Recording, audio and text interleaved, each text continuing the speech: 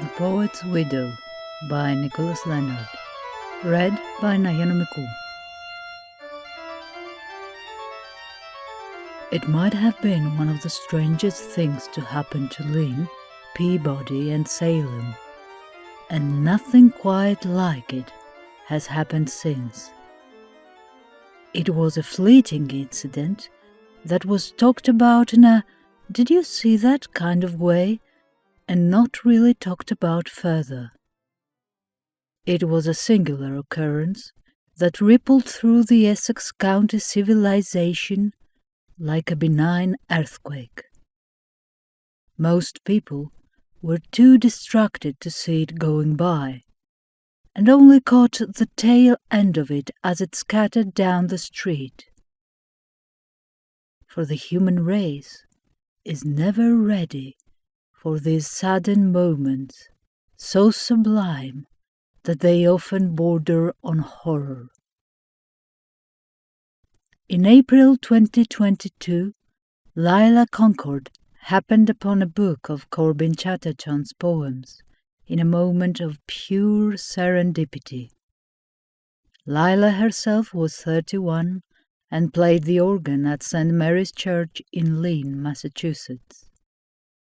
She found the volume of Chatterton's poems in the South Branch of Peabody Library. On a particularly warm day, sitting dusty and neglected behind a row of 19th century novels that included Wuthering Heights, Emma, and Far from the Madding Crowd. Here, this bygone poet hid behind the statues of the English greats. An American child playing in their shadow. She reached for this volume the way you'd reach to scoop up an injured mourning dove. Something which had cooed outside her window that morning. "Oh, I forgot we had that," the elderly librarian cooed, with her voice creaking with apology. Her eyes flew through her spectacles and onto the volume with both remembrance and inquiry. "Corbin Chatterton. He was born in Salem, you know. Buried somewhere in Pine Grove Cemetery in Lynn." It was kind of hidden behind the English classics back there, Lila explained. The library took on the brevity of a bazaar. The librarian walked into her own memory to shill out a bargain.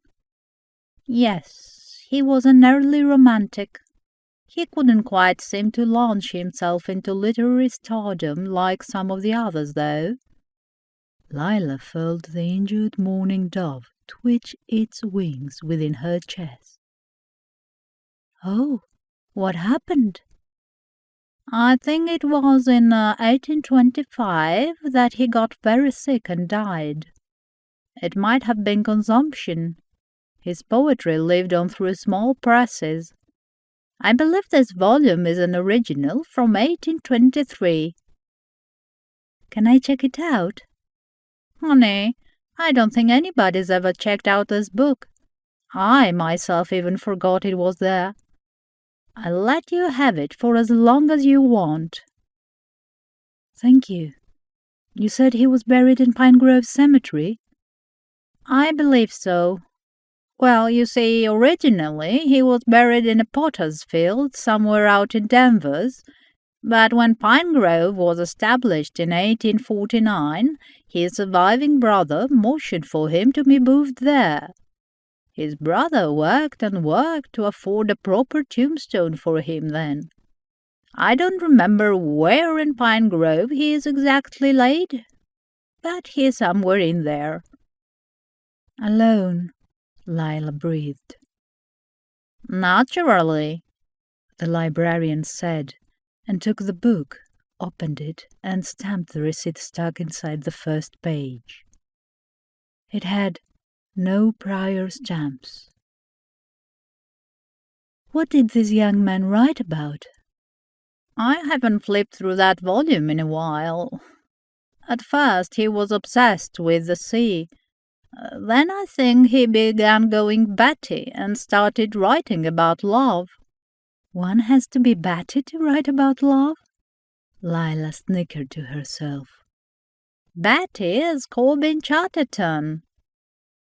Ma'am? How old was he? I think early to mid-20s. He was an apprentice of some sort before poetry whisked him away. He had no higher education. He was just one of those late symptoms of Shakespeare. Lila, having no response, turned the volume over in her hand, a movement that made her beaded bracelet jingle, and went. I'll have a look at it today, thank you. You have a wonderful day, young lady, and enjoy this beautiful weather. She gave a charitable smile while stepping backwards towards the door. Oh, I know, you too. Bye. And she carried Corbin Chatterton back out into the world again, into spring weather that the poets of Romanticism would have gone hysterical for. She took the volume over to Pine Grove Cemetery, the grounds of which were enclosed by a tall cobblestone wall caked in moss. It was quieter than a library. All the tombstones, Madonna statues, and crosses ranged from the kind of stone Medusa's eyes introduced to the polished copper pennies would never be again. She carried the volume over to a dip in the land, where there was a turtle pond frequented by ducks. She sat down on the lime-green lawn, where its rainwater smell welcomed her, and all the turtles sunned themselves on the rocks in the pond. The turtles were such content aliens, with black heads that had yellow stripes, and eyes concentrated in an outer space serenity. Their content was contagious, and it put Lila in the proper mood to read poetry that was 199 years old. She read some verses aloud to herself as if to make sense of them. They made eternity for only two. We mustn't crowd the wedding thunderclouds. They made eternity for me and you. She flipped to the next page. She was careful with her voice, knowing literature and poetry needed a diligent vessel, and that even reading poetry alone was still a responsibility. So her voice was meticulous as she read a new poem to the turtles. Today I set a cooing pigeon free. Into the radiant tomorrow flew a dove to find my lover yet to be. I watched it near the sunset's golden hoop, and joined its lustre as the portal closed, to find a woman that I've yet to know. Lila read, and she imagined a young man in a white blouse with loose cuffs, donating a mourning dove to the sky in a celebratory manner. In her mind's eye, she saw the dove shrinking and shrinking as it flew away until it vanished. And she thought about the mourning dove that had been cooing outside her window that morning. It ached her, because she could only imagine the majority of this pigeon free, battling the identity crisis of being a silhouette. Faint stripes of sunset light to break up the shadows on his figure. She could picture him releasing the bird, and she could picture him being 80% silhouette, even though the poem stated absolutely nothing about it. That was a short one, she said to the turtles. Then she started another poem. I hear the organ, but it's far away. I hear her rosaries jingling. Oh, what a gallows is a maiden's wrist, a future knuckle that I haven't kissed. The organ music jumps between our times.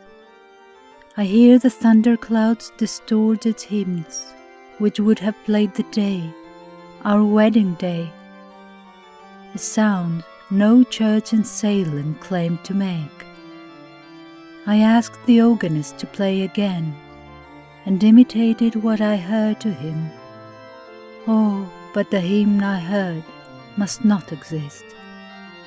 For what he played I didn't recognize. But still, sometimes the humming leaves my lips, and though alone in love I am today.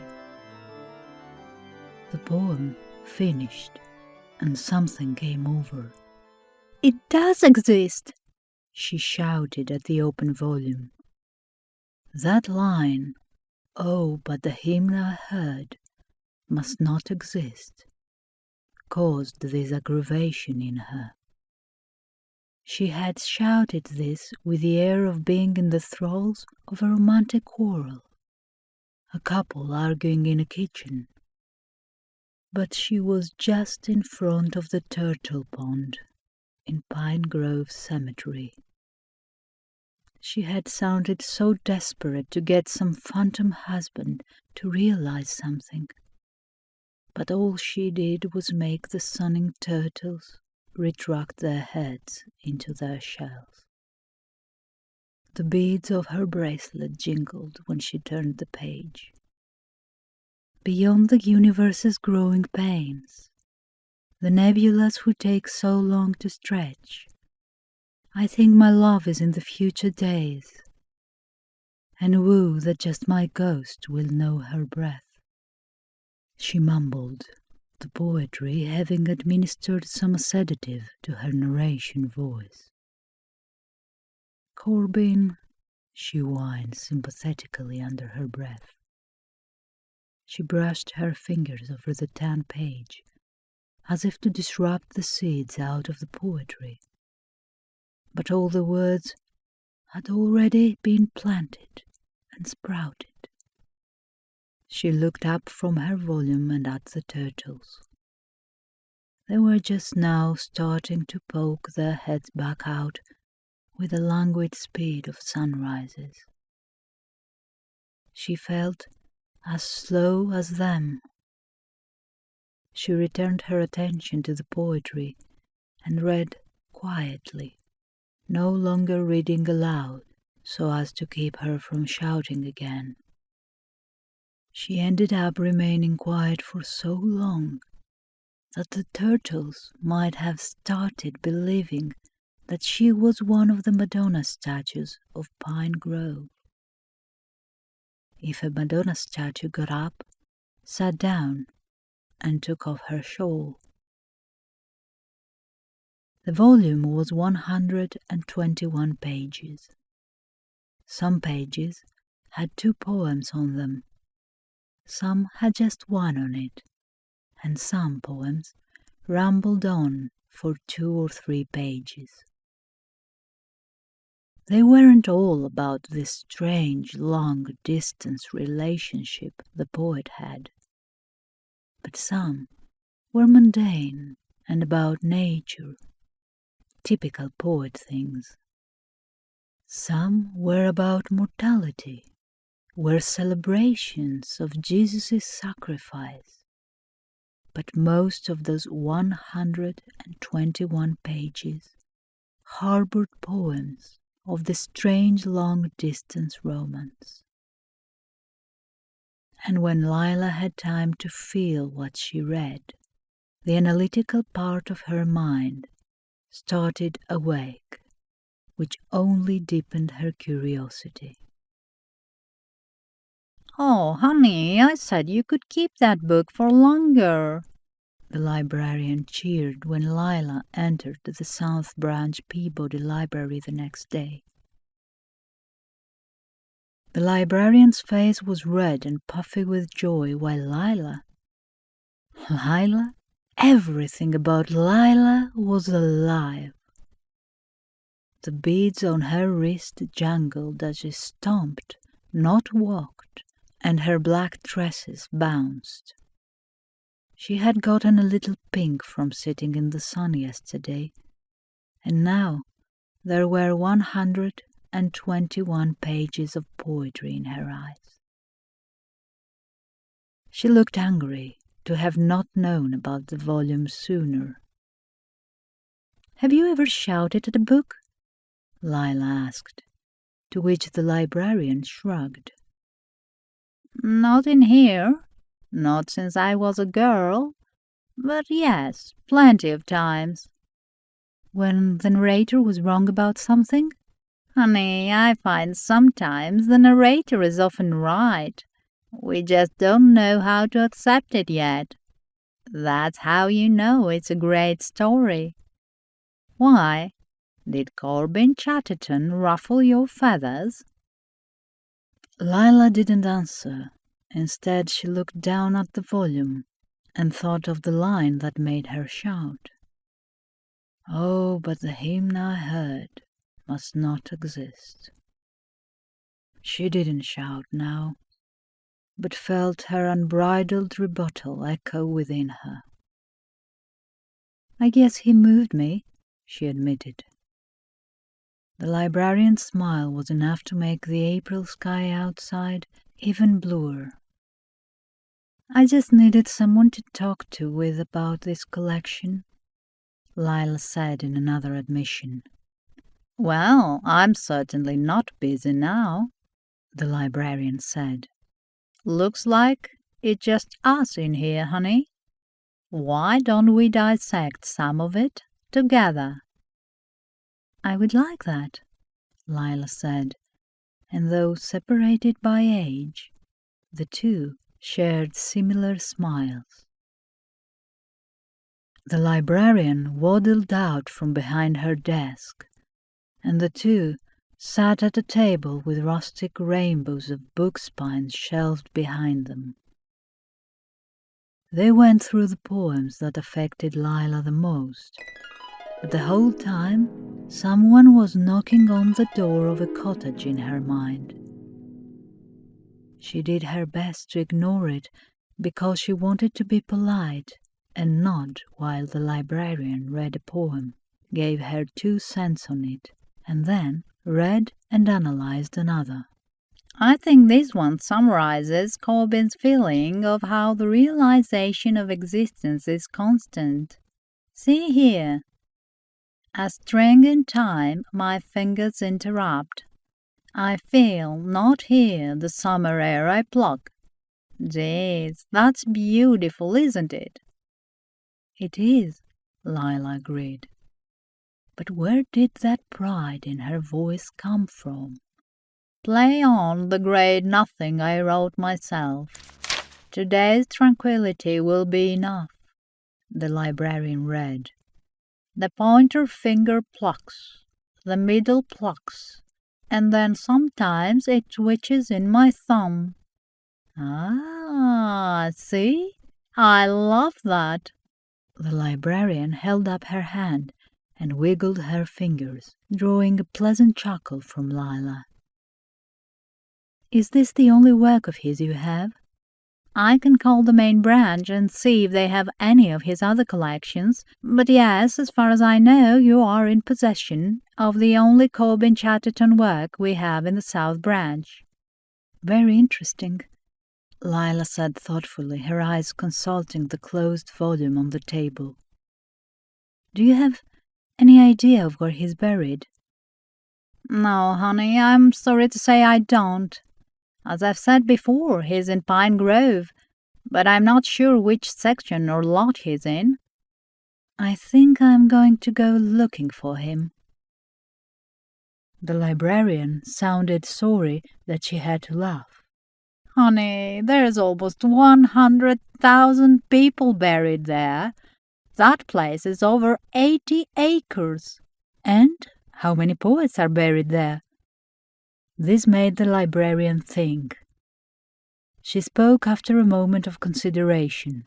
I will say that you can veer from the military sections, as I do know he didn't serve. It must likely be an old tombstone. I'm not sure how legible the name and date will be, or if there will even be a name on it. Are you sure you want to do this, honey? I feel like I have to, now, after reading him, Lila said.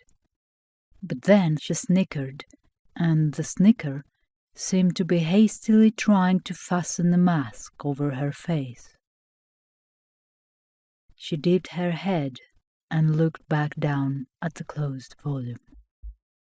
"Where are you, Corbin?"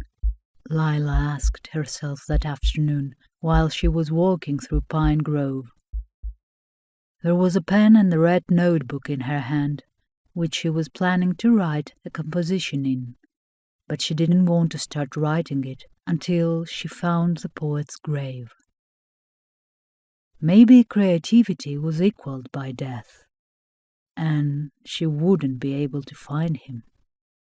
The only good thing was that it was a beautiful spring day, and the smell of the freshly cut cemetery lawns dispelled the grass's earthy breath. She applied sunblock on her shoulders, so that smell was there too, but the cold smell of the sunblock had gotten shy in the presence of the smell of the grass. She walked and looked. She passed down the rows of tombstones, walked the hills, and ignored the moppy-headed trees that tried tempting her with their shade. The sheer amount of tombstones quieted her, and the more she walked, the more she began to feel that this one cemetery seemed bigger than Massachusetts itself. It also distorted her sense of time after seeing the collection of dates, all embedded in stone, like 1,000 different Chinese fortunes. But they all ended up saying the same thing, which was, this person was born and then they died, and this person was born and then they died. The numerical possibility of her own species almost put her into a trance, which would have made her forget what she was looking for. But just like she had found the volume by chance, she found his grave. It was uphill, standing short with castle-like posture. Corbin Chatterton, 1801 to 1825, read the tombstone. The letters were only visible because they had been carved, and the wrinkles of the tombstone had not caught up with the Sinsel masonry yet. Atop the hill was a large oak with branches that sprawled out to form an umbrella over the day-care of tombstones. Corbin's tombstone was 80% shadows, broken by the 20% sunlight that managed to cut through the leaves. It was comforting to know that this tombstone had a ballet of sunlight and shadows to play on it all this time. Lila took a breath and sat down beside Corbin's tombstone, opened up her notebook, and began to write, humming different notes and progressions to herself quietly so as not to disturb the dead. She wrote many movements and variations of the same movement, humming to herself and making corrections along the way, sometimes even starting all over again. What she was doing was composing more than a poem. Poetry is for the conscious. Music is for the subconscious, thus explaining the almost torpid state she entered into while inspiration whisked her away. Her pen, the whip that kept the steeds in flight. That's what Corbin would have said.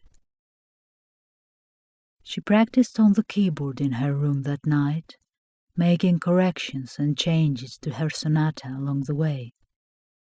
Halfway through the composition, she decided on titling it as Corbin's Sonata.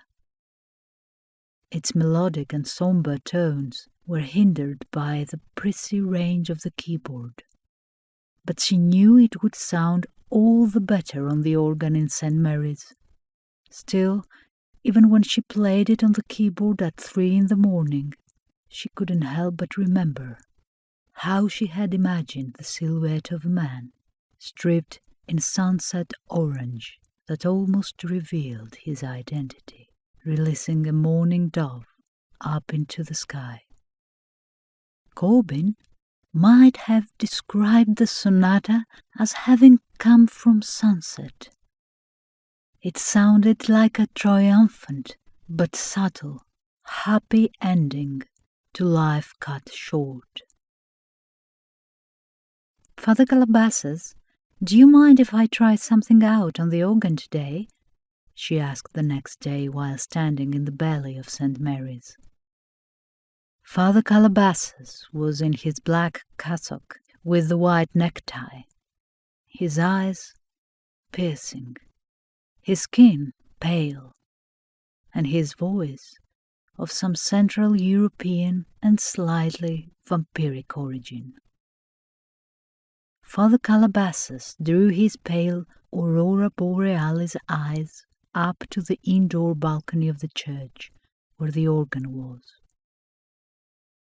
Its brass pipes and their many frowns was always quite the thing to see, and the machine always had monstrous promise to it. "Why, sure. I don't see why not, Miss Concord. Is it practice you seek?" said the priest with dunking coffee in his breath. She hesitated, almost dropping her red notebook. "I wanted to try writing something." Oh, well, I was about to go out and trim some of the bushes in the parking lot. But if you want someone to give it a listen..."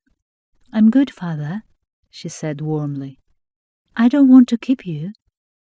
"I will most likely be able to hear it out there anyway," he said, and patted her shoulder before bumbling out of the church, ready to grass-stain his black pants.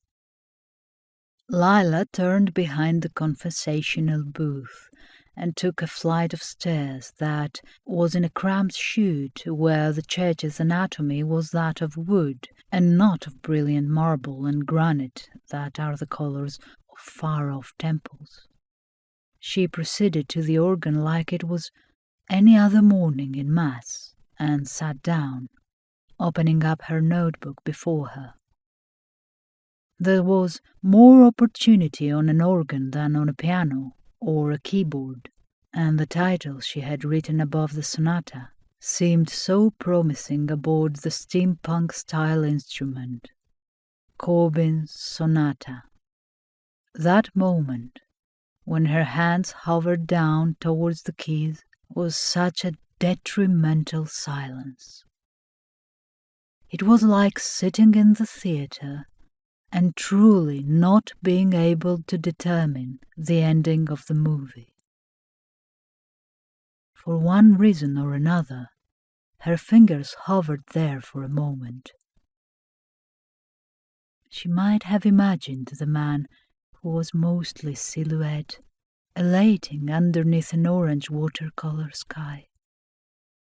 Maybe sunsets were redder back then, when the tragedy of Salem was fresher in the sky. However, the sky was bright blue that day in Lynn.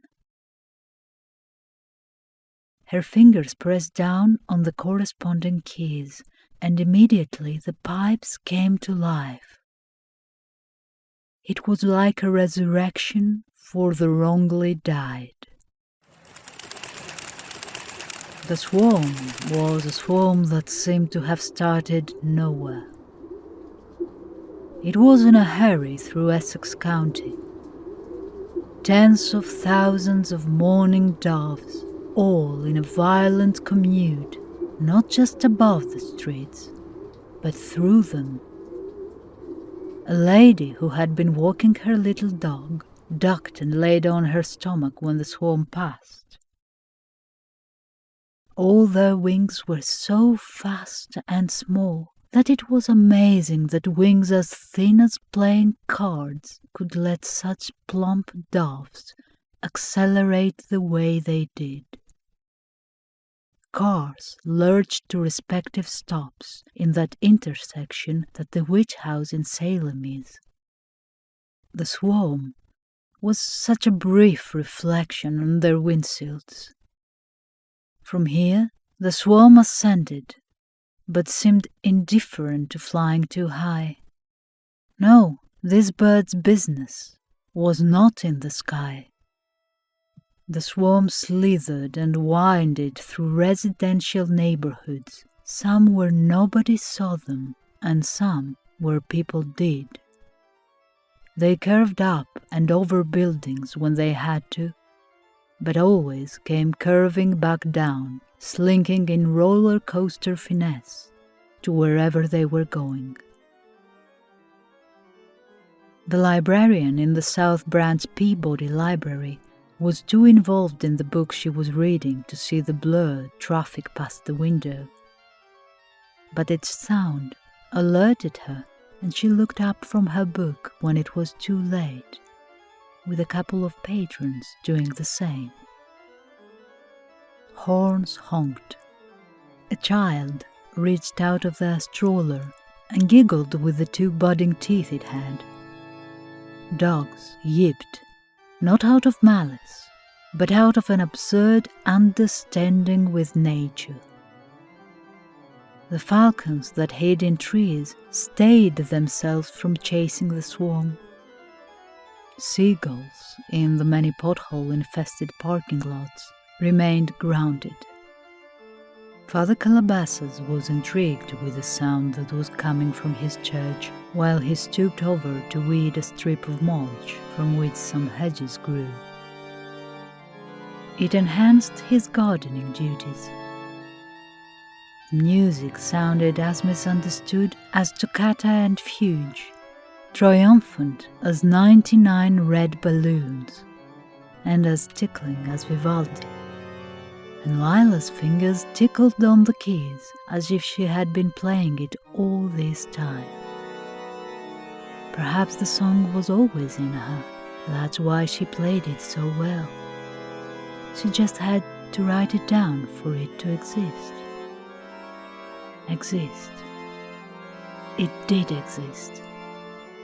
Her pleading shout at the turtle pond had been worthwhile.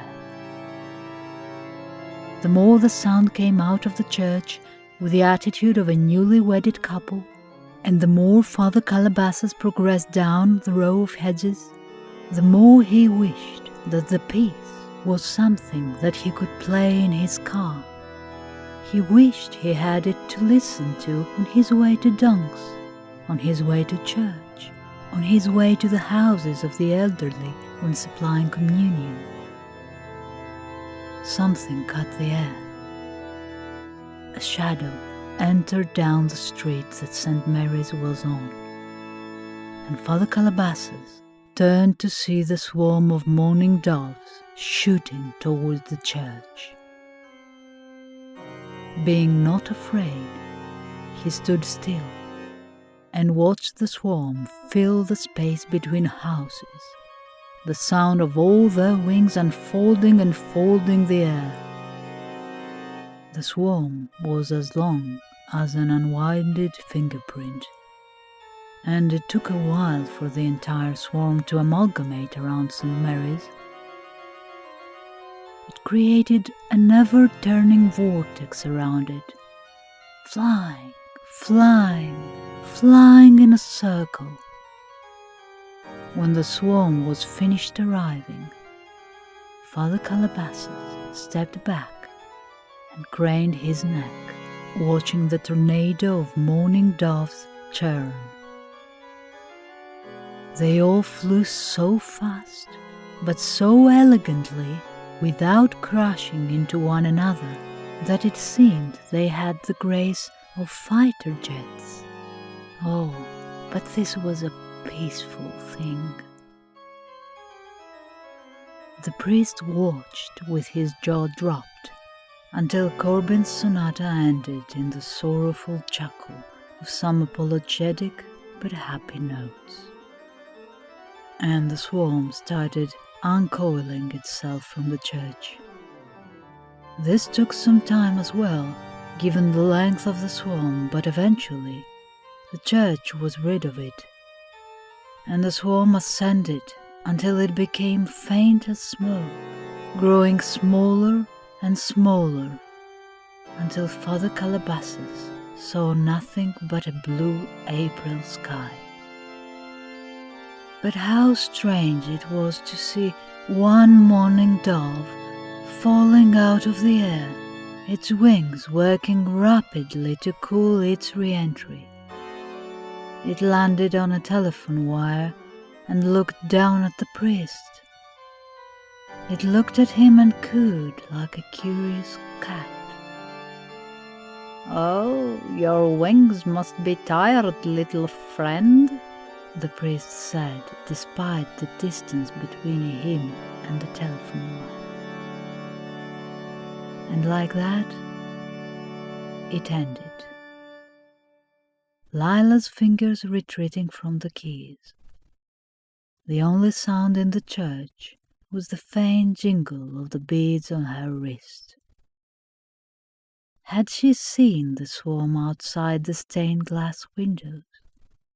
I'm not sure. We have to leave her now, but I think she sensed us. Part of her must have heard our wings berate the air and send feathery winds against the church. I saw a swarm of mourning doves crusade, in unison into the candle clouds. Their little wings have such a sky to break, their little wings against their bellies pound.